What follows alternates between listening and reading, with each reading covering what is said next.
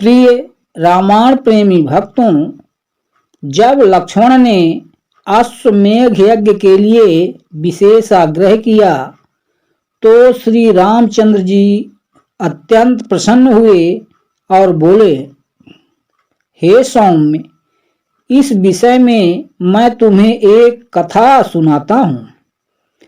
प्रजापति कर्दम के पुत्र इल एक राजा थे। एक समय शिकार खेलते हुए वे उस स्थान पर जा पहुंचे जहां स्वामी कार्तिकेय का जन्म हुआ था और भगवान शंकर अपने सेवकों के साथ पार्वती का मनोरंजन करते थे। उस प्रदेश में शिव की माया से सभी प्राणी स्त्री वर्ग के हो गए थे।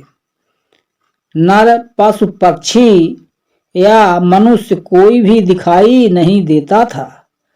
राजा इल ने भी सैनिकों सहित स्वयं को वहां स्त्री रूप में परिणित होते देखा।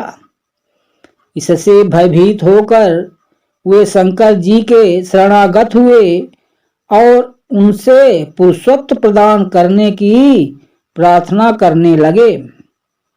जब भगवान शंकर ने उनकी प्रार्थना स्वीकार नहीं की तो उन्होंने व्याकुल होकर तथा गिड़गिड़ाकर उमा से प्रार्थना की।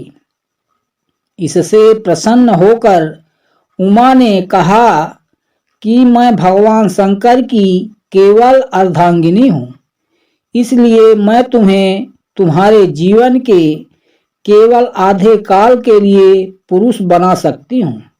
बोलो, तुम अपनी आयु के पूर्वार्ध के लिए पुरुषत्व चाहते हो या उत्तरार्ध के लिए? इल कुछ क्षण सोचकर बोले कि देवी, ऐसा कर दीजिए कि मैं 1 माह पुरुष और 1 माह स्त्री रहा करूं।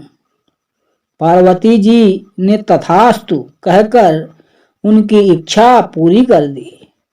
इस वरदान के फलस्वरूप इल प्रथम मास में त्रिभुवन सुंदरी नारी बन गए तथा इल से इला कहलाने लगे।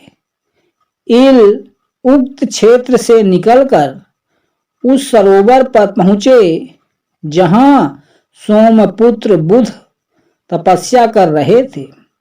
इला पर दृष्टि पड़ते ही बुध उस पर आसक्त हो गए एवं उसके साथ रमण करने लगे। उन्होंने राजा के साथ आए स्त्री रूपी सैनिकों का वृतांत जानकर उन्हें किन्नरी होकर पर्वत के किनारे रहने का निर्देश दिया। उन्होंने आग्रह करके इल को 1 वर्ष के लिए वहीं रोक लिया। 1 माह पश्चात इला ने इल के रूप में पुरुषत्व प्राप्त किया। अगले माह वे फिर नारी बन गए।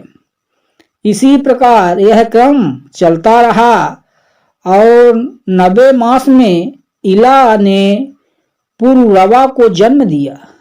अंत में इल को इस रूप परिवर्तन से मुक्त दिलाने के लिए बुध ने महात्माओं से विचार विमर्श करके शिव जी को विशेष प्रिय लगने वाला अश्वमेध यज्ञ कराया।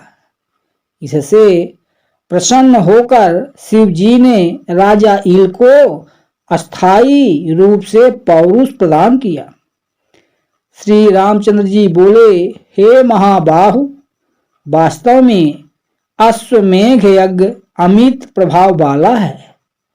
प्रिय भक्तों, आगे का भाग देखने के लिए कृपया चैनल को लाइक और सब्सक्राइब कर लें।